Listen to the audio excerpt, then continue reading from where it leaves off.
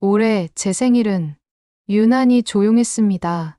늘 며느리가 국이며 반찬이며 정성껏 준비하던 그 생일상이 올해는 없었습니다. 그저 아들이 사온 케이크 하나 덩그러니 식탁 위에 놓여 있었죠. 며칠 전 며느리가 말했습니다. 어머니, 이제 생신상은 제가 안 차릴게요. 그 한마디에 가슴이 철렁 내려앉았죠. 처음엔 정말 좋았어요. 며느리 은지가 우리 집에 온 지 벌써 10년이 됐습니다. 첫 생일 때였죠. 손수 만든 미역국을 끓여와서는 수줍게 웃으며 말했습니다. 어머니, 생신 축하드려요. 제가 아침 일찍 일어나서 준비했어요. 그날 제 눈에서 눈물이 났어요. 우리 아들이 정말 좋은 사람을 만났구나. 그 후로 매년 며느리는 제 생일상을 준비했습니다. 미역국, 나물, 전, 찜, 정성이 가득한 한 상이었죠. 그런데 언제부턴가 제 입에서 이런 말들이 나오기 시작했습니다. 3년 전 제 생일이었어요. 은지가 정성껏 차린 생일상. 저는 국을 한 숟가락 떠먹고는 무심코 이렇게 말했습니다.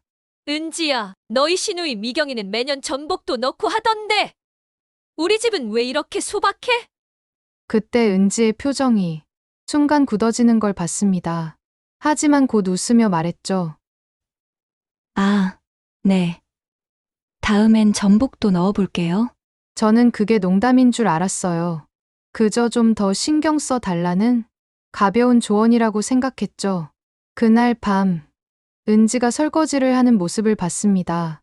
평소보다 유난히 조용했어요. 한마디도 하지 않더군요. 그게 첫 번째 금이었습니다. 그 다음 해 생일, 은지는 더 신경을 썼습니다. 전복도 넣고, 갈비찜도 하고, 과일까지 예쁘게 깎아서 냈죠. 저는 상을 보며 만족스럽게 웃었습니다. 이번엔 제법이네. 그런데 고맙다는 말은 하지 않았어요. 당연한 것처럼 받았죠. 맛있게 드세요. 응. 밥을 먹으면서 저는 TV를 봤습니다. 은지가 옆에서 계속 쳐다보는 걸 느꼈지만 신경 쓰지 않았어요. 지금 생각하면 은지는 제 반응을 기다리고 있었던 거예요. 수고했다.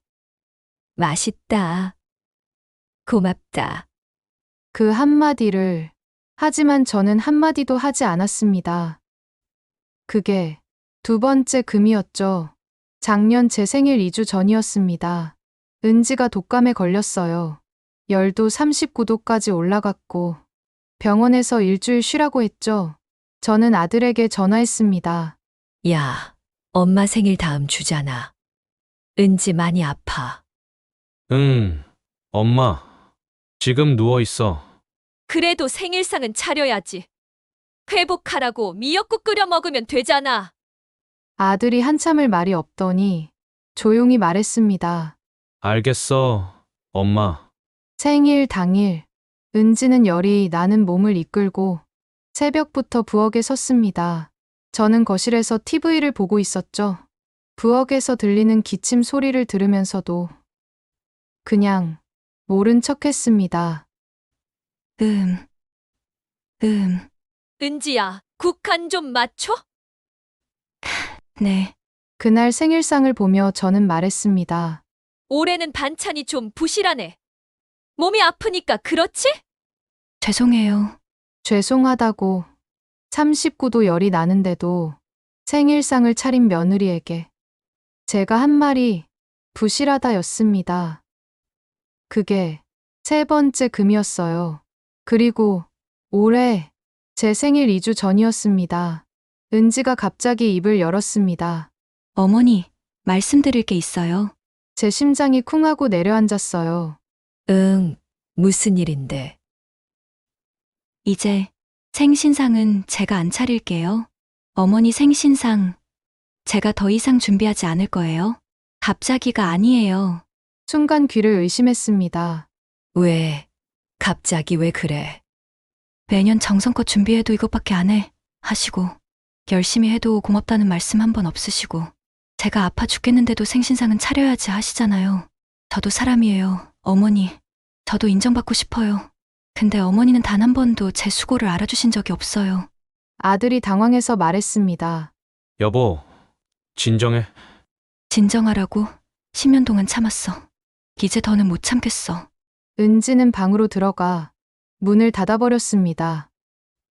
저는 그 자리에 얼어붙었습니다. 그날 밤 잠이 오질 않았습니다. 은지의 말이 머릿속에서 계속 맴돌았어요. 단 한 번도 제 수고를 알아주신 적이 없어요. 그렇게까지 생각했을까? 내가 정말 그렇게 했나? 그때 갑자기 지난 10년이 주마등처럼 스쳐 지나갔습니다. 신우이는 전복도 넣던데.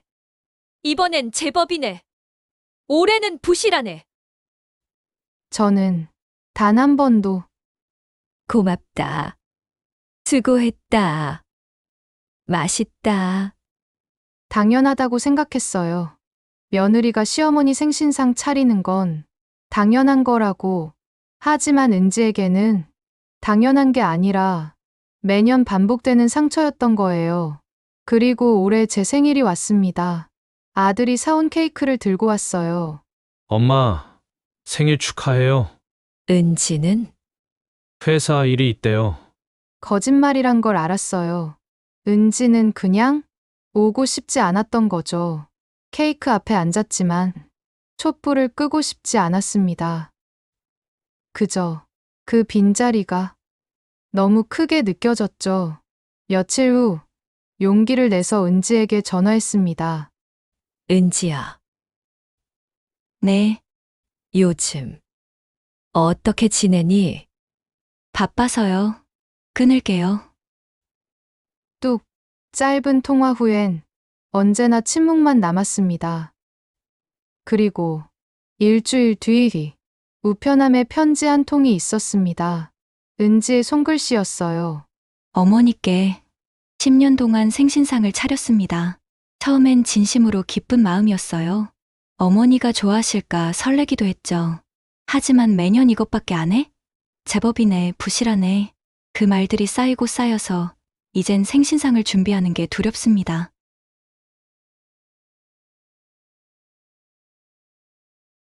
어머니는 한 번도 고맙다고 하지 않으셨어요. 저도 며느리지만 누군가의 딸이고 한 사람의 인간입니다. 인정받고 싶습니다.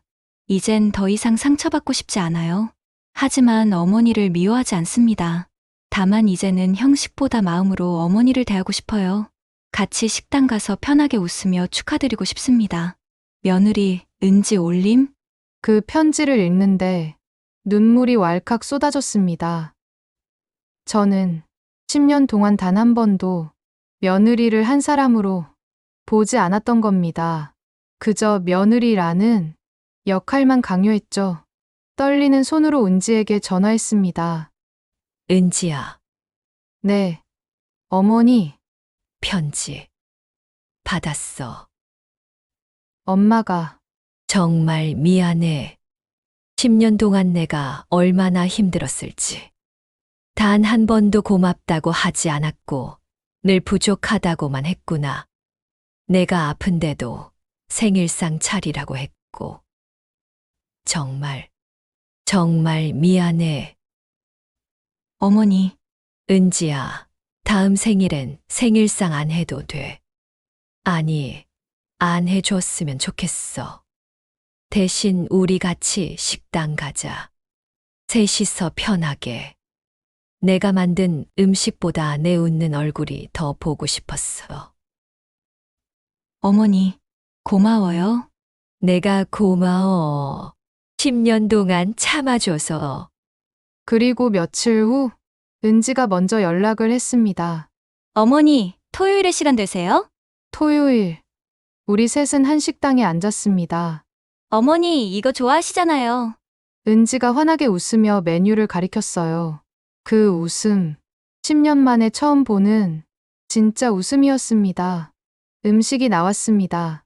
저는 한 숟가락 떠먹고 이번엔 제대로 말했어요. 맛있다. 정말 맛있어. 진짜요? 응. 그리고 은지야, 10년 동안 고마웠어. 미안하고, 앞으로는 내가 더 잘할게.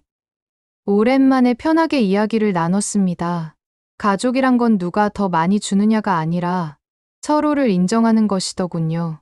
올해 생신상은 없었지만 대신 우리 가족은 한 식탁에 앉아 웃었습니다. 그게 어쩌면 진짜 생일 선물이었는지도 모르겠습니다. 여러분, 혹시 당연하다고 생각하는 것은 없으신가요? 배우자의 사랑, 자식의 효도, 며느리의 정성, 당연한 것은 없습니다. 모두가 선택이고 그 선택에는 고맙다는 말이 필요합니다. 여러분이라면 며느리의 말 어떻게 받아들이셨을까요?